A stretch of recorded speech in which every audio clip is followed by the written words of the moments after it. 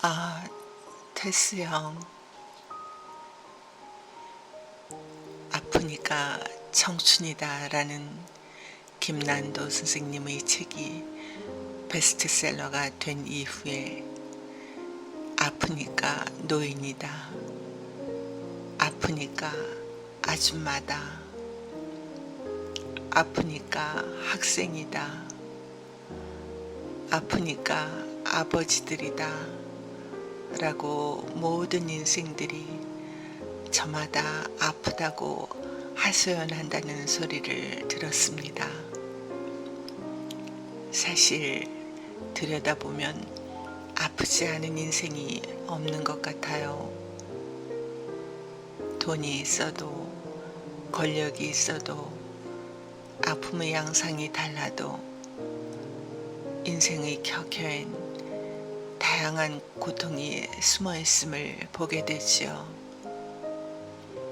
특히나 코로나와 여러 가지 부정적인 사회 현상 등 외부적인 환경이 모든 계층을 이리저리 더 아프게 하는 즈음이지요.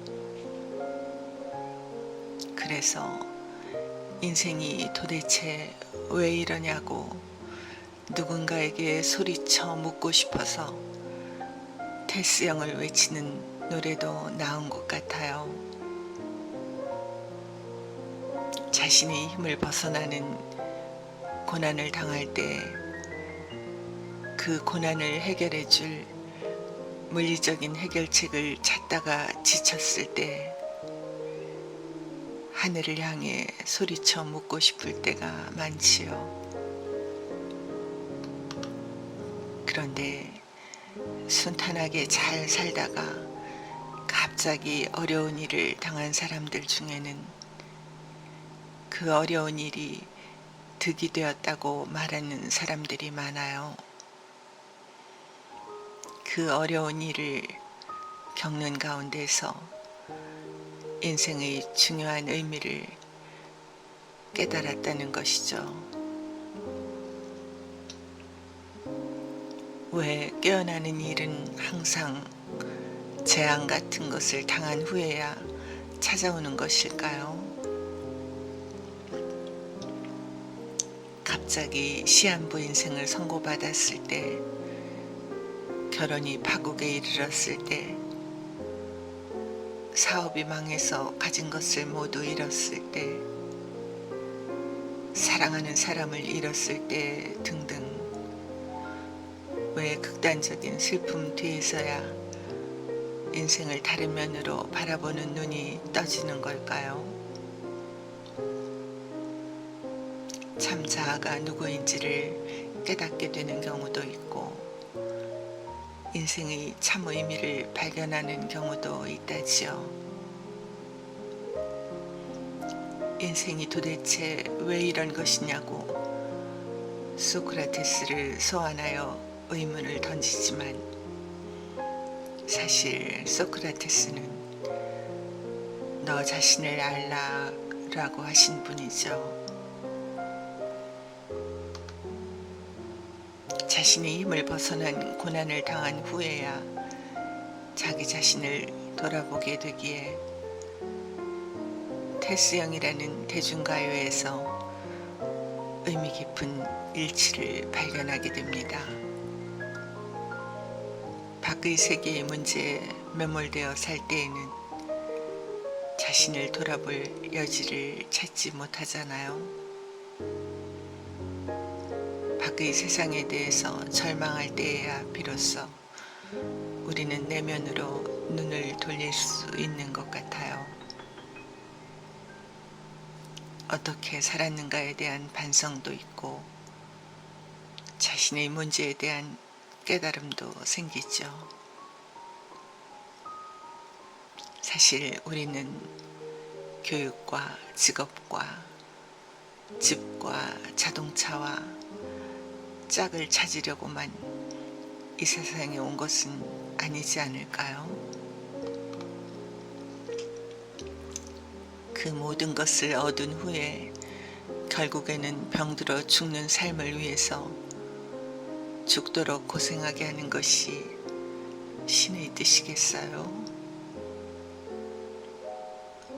성경에는 이런 말씀이 있네요. 실로 하나님이 사람에게 이 모든 일을 제삼 행하심은 그들의 영혼을 구덩이에서 이끌어 생명의 빛을 그들에게 비추려 하심이니라 라는 욥기 33장 29절로 30절의 말씀인데요. 이 모든 일을 제삼 행하신다는 것은 욥에게 주신 것과 같은 여러 유형의 육체적 삶의 고통을 말하는 것이죠. 한 번으로 안 되면 제삼 제사 여러 번 고통을 주시는데 거기에 신의 특별한 의도가 있다는 것이네요. 영혼이 육체적인 삶의 구덩이에 매몰되지 않도록 이끌어서 빛을 비추어 주시기 위함이래요. 우리는 어쨌든 영혼을 갖고 있는 육체적인 존재가 아니라 육체적인 경험을 해나가는 영적인 존재잖아요. 영혼이 중심인 존재이기에 그 영혼의 빛을 비추기 위해서 육체적 고통의 경험을 여러 번 거치게 한다는 것이죠. 어느 식기처럼 고통의 상처가 빛이 들어가는 곳이라니까요. 물질 문명이 발달해 가면서 우리 참자아가 영혼이라는 것을 잊고 육체적으로만 살아가니까 문명이 발달할수록 고통의 질은 비례해 가는 것 같습니다. 기술은 신의 경지까지 발달되어 가도 삶의 고통은 더해지잖아요. 영혼을 돌아보라는 알람 시계가 여기저기서 고통의 외침으로 들려옵니다. 람다스라는 사람은 인생은 영혼이 깨어나기 위한 일련의 기회들이 펼쳐지는 장이라는 의미 깊은 말을 남겼죠. 육체적인 문제의 구덩이에만 매몰되지 않도록 이끌어 빛을 비추어 주려고 사랑이 가득한 눈으로 지켜보며